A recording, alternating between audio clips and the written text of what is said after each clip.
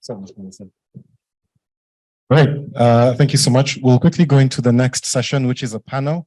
The panel is Tanzanian Instant Payment System Tips, a discussion with the Bank of Tanzania delivery team on the journey to build tips. This will be led by Jane Stroken. So we have Jane Stroken from Infitex, Innocent Ephraim, formerly of FSTT. We have Muta from the Bank of Tanzania, and then Elibariki from the Bank of Tanzania. As they come up front, I'd just ask him to give you a round of applause as you come up front. Morning, everyone. My name's Jane, for those of you who don't know, and I have the privilege of opening this discussion with a team that I started this journey with many years ago in a hotel in Arusha at a session not dissimilar to this one. But it was a very different looking session because we did not have in the room with us the wide variety of talent and interest and participation that we have here today. So it is really fantastic to see how many people are joining our community and how valuable the contributions are that are coming from the community.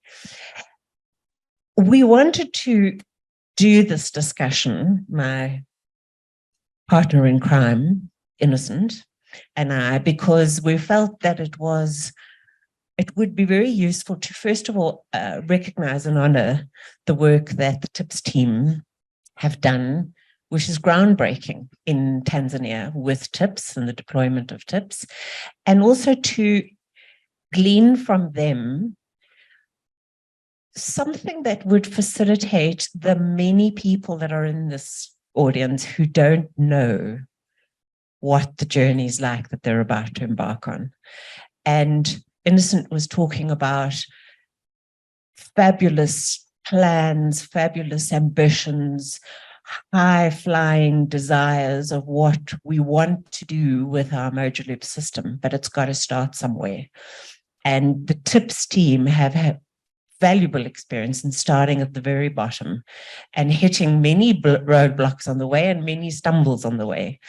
And we're hoping that they will help us understand how they overcame those, what those challenges were, obviously not all of them, but the ones they feel are the most important, and how we can help you in the future to have a slightly easier journey, because you will fail, as Innocent said, but we hope not as much as we did on our journey with TIPS and with WinePay. So can I introduce Innocent from IDEA, Innocent Ephraim. He and I work together in Tanzania on TIPS, Elibariki and Muta, and welcome you to this discussion. And I hope that we have a good and fruitful discussion. Sorry, I have my questions on the... Would you like to introduce yourself? Thank you. Good morning, everyone. So I am Muta from the Bank of Tanzania. I look after retail payment systems development and operations of some of the payment systems in Tanzania. Thank you. Okay, so Elibariki from Bank of Tanzania. I'm a computer systems engineer. And on this payment field, I've worked with a number of payment systems, from the designing, implementation, deployment, and administration of the same.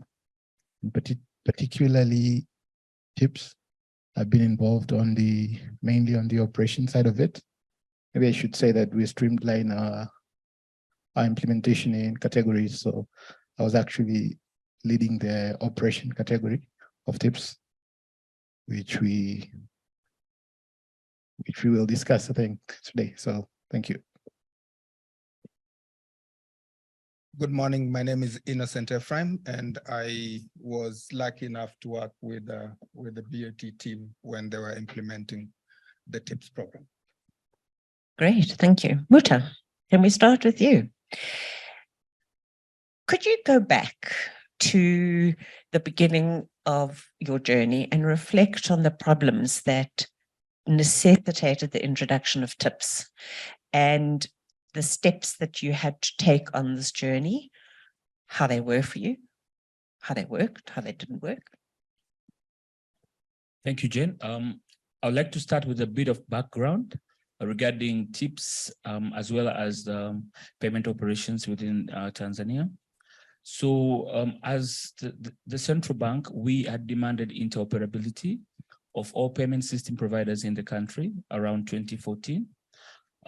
During that time, it wasn't very common for payment system operators, the likes of mobile money, the M-Pesa, Tigo Pesas, and Airtel Money to have interoperability. But as a bank, we saw it's a critical element to improve the workspace, improve the environment for payment systems for our consumers, for our market in Tanzania. And therefore, we had mandated and made sure that every mobile money provider and every bank is able to interoperate with each other. And as a bank, we played a very minimal role in the sense that we were able to just observe and make sure that the operators are able to decide on the modality of which they would want to interoperate. And therefore, bilateral integrations were introduced, and they've been working from that time onwards. But by the time when we reached 2015, the number of interoperable transfers was a mere 5% compared to the number of transactions that they were doing on us. But by the time we reached 2019, that number had rose to 30% of the total transactions that were happening through the digital means. And we had also observed that there was no scalability in terms of the use cases that the consumers were using. It was only P2P. They couldn't do any merchant payment interoperability. They couldn't do any payment to government interoperability. And even the bulk payments, it was impossible for them to do cross-network because of the underlying bilateral agreements as well as the bilateral integration. And also we had observed the operational inefficiencies in terms of reconciliation. Because of bilateral integration, it had required the reconciliation to be done on bilateral basis, and it was taking way long time for these digital financial services providers to be able to do the operations on day-to-day basis. And also the standards. There were no standards in terms of the technical integration.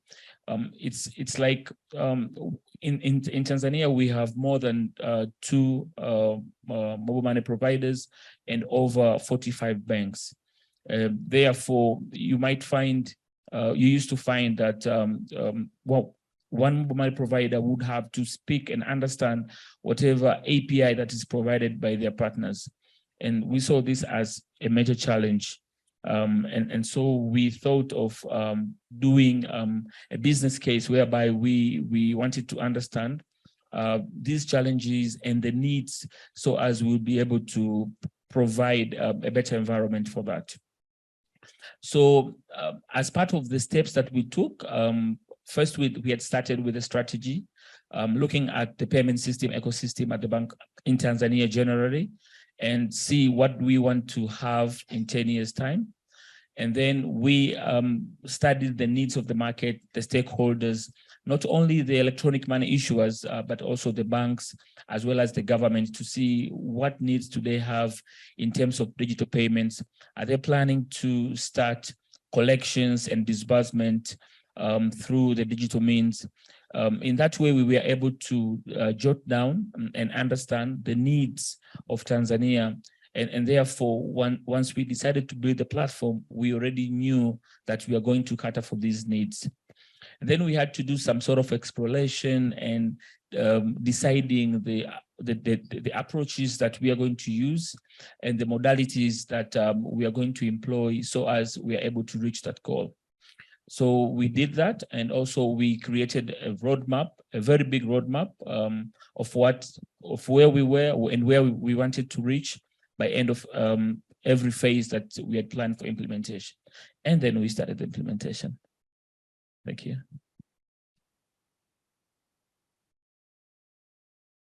Anything you want to add?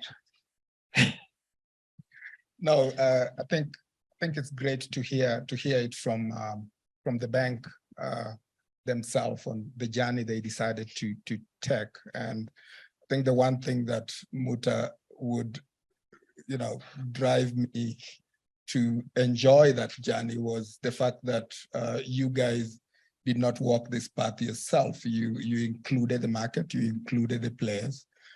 Most importantly, it took enough time to strategize and align before you actually got to implementation. And key questions you ask yourself: do you wanna build? Do you wanna kind of rent? Do you wanna lease? And stuff like that drove or built a foundation of a longer journey that you guys are going to take, which is quite inspiring. And there's a lot of learning for other markets to take from you guys.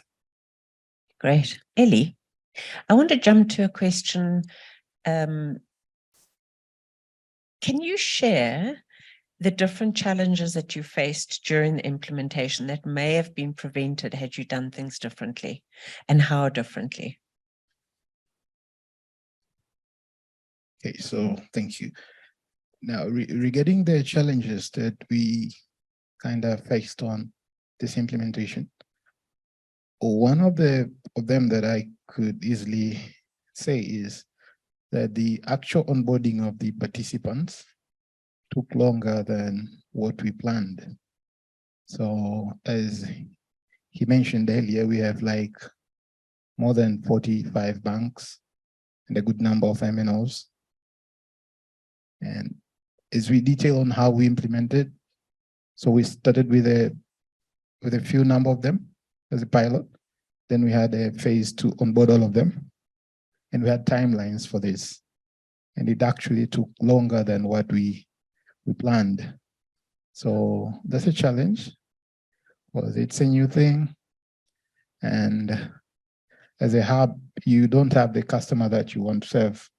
So as much as you want to simplify these to the people, but you don't have direct contact to the people. So you have to work with the stakeholders. These are the electronic money issues and the bank.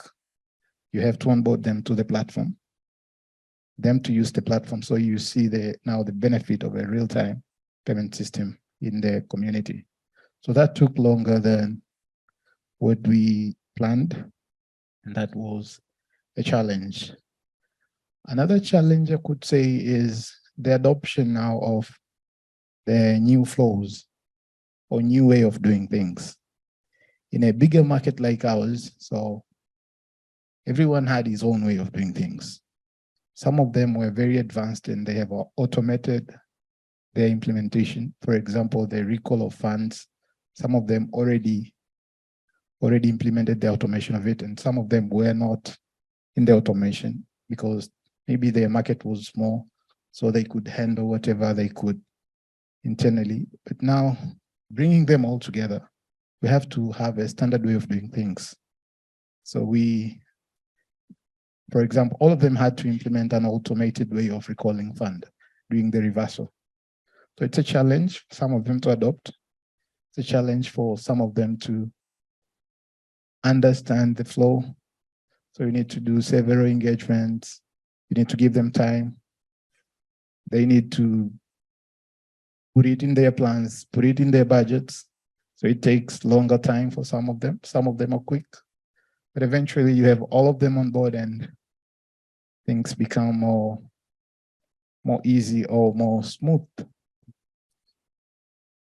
And maybe lastly, I should say on the general adoption of a change now.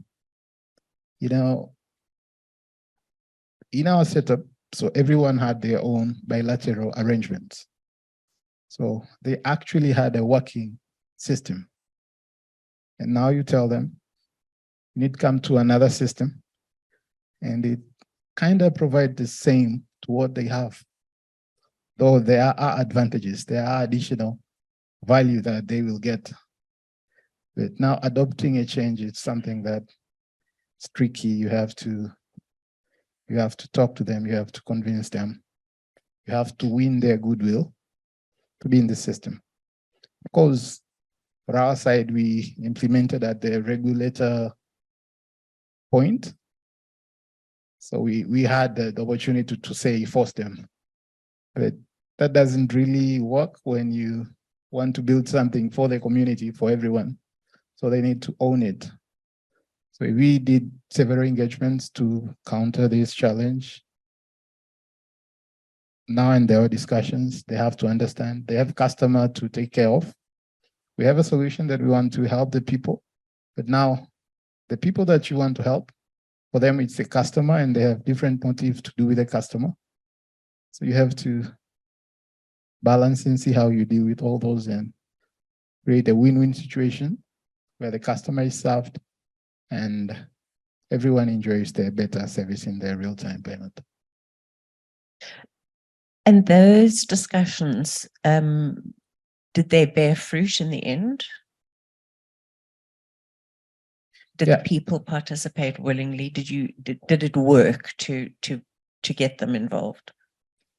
Yeah, of course, yes, the discussions were very fruitful. Fortunately, everyone understands the importance of real-time payments. It's only that they might need more time or they need to align it with their plans. So they all see value in it. They all want to go into it. You only need to create an environment where you can understand why they want it, like maybe a few more time or why the others maybe are quicker. You just create an environment where you favor everyone. Muta, did you want to add something? Yeah, I know Elias touched on the importance of engagement. So I had to take lots of breakfast with the market for them to have proper buy-in, because we were doing engagements on different levels.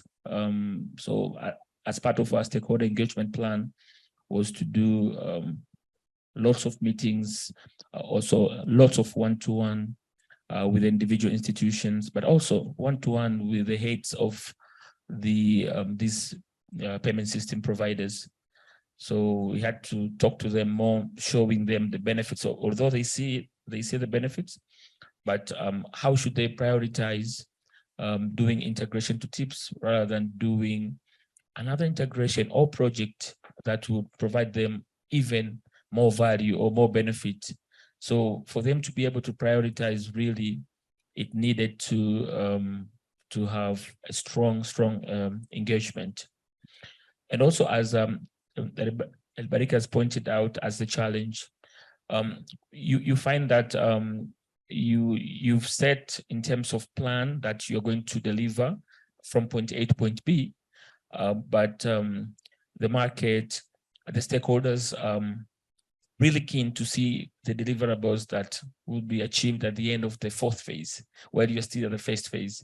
So that has also been a challenge in terms of making sure that everyone is aligned.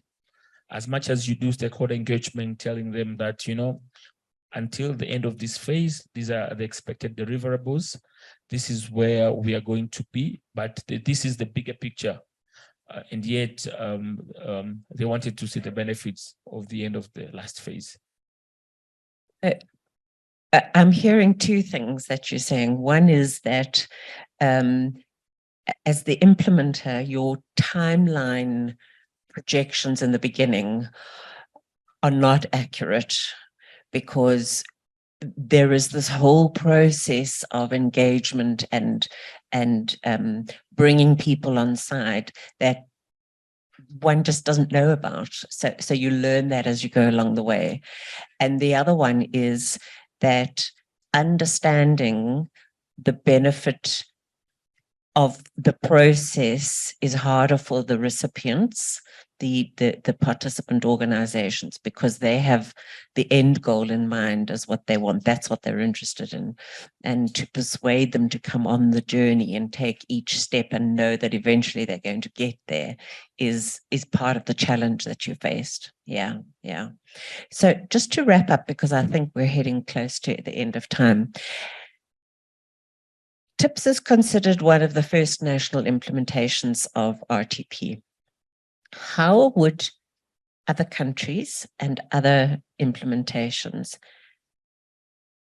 benefit from your first-hand experience and learning on TIPS? What can you give people in this audience that are trying a similar process? What can you give them as a little jewel of support that they could take away? Is that addressed to me or everybody? Yeah. Start with you. Thank you, Jane.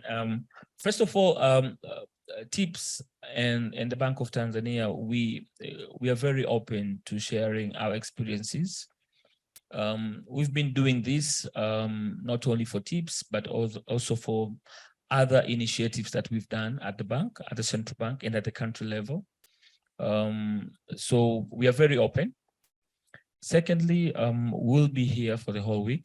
So anyone that would want to have a chat with us, get to know the details, at least some level of details, we'll be more than happy to share, because we can't share everything on this panel. It's quite impossible. And third, as TIPS, we are able to share or invite anyone to Tanzania that wants to, get to learn more on TIPS, to get firsthand experience in terms of what we've done, in terms of what our market is doing, and also if they have any extra or special requirements that they would want either partnership or the Bank of Tanzania to be able to provide them with support. I think we will be able to channel that. And lastly, we are also planning to document our journey in terms of what we've done, because we've started seeing a number of countries now wanting to understand what we've done in terms of instant payments. So we think if we have a document ready, at least it would shorten or share insights to what the journey was and to what decisions the Bank of Tanzania had to take, and also to avoid the mistakes that we've done. And because they say you don't have to do all the mistakes in this world, you let other people do the mistakes and you learn from them. So at least people will be able to get the benefits of instant payments, RTP systems, without doing all the mistakes that the Bank of Tanzania has done. So wait for our report. Thank you. That sounds very exciting. I'm looking forward to that. Ilibariki? Okay. Yeah, I think Muta has said it very well, that we're open and available to share whatever we had experienced in our journey to help you not go through the long way that we did. Thank you. Yeah, great. Thank you. And I think from an operations perspective, that is a value add that very few people have yet started to delve into. And there's lots of experience there. So have the conversations. Innocent? Thank you, Jen. First of all, I won't be speaking on behalf of the bank. I think the bank is spoken, but I'm very proud that Tanzania has taken this a leading position, and you guys were brave enough to say we want to do it. And there is a wealth of knowledge in country when it comes to not only technical implementation, but all the nitty-gritties that takes a government entity to make such a project move. And I think, as Muta said earlier, as a regulator, they had their own reasons to do this. And I think I'm also very proud of the TIPS principles. In other words, it's built on a strong foundation. Like this is a project that will live way beyond Muta and Elibariki and many people. As we can see, Director Daddy is retired, but the team is still very, very strong. And that actually brings me to a point whereby, as a community, it's important to note that there's a huge knowledge in Tanzania that can be used to other countries to support implementations like this. There are a lot of things that are not spoken about in all this process. We're seeing tips launched, but this iceberg has got a lot of things happening there. For a bank to make a decision that these are the things we're going to focus on, and the country lining up to that, there's a lot that the team actually had to do. So I congratulate you guys, but I also would encourage you to open up, sending your resources. The burden of being successful is to bless others as well. So good luck with that. That's very nice. I do want to take one moment and just acknowledge Bernard Dadi, who was on a panel we had in Zanzibar. And it's just great to see you here. Welcome and thank you for coming and for leading this team so successfully and creating the tips instant.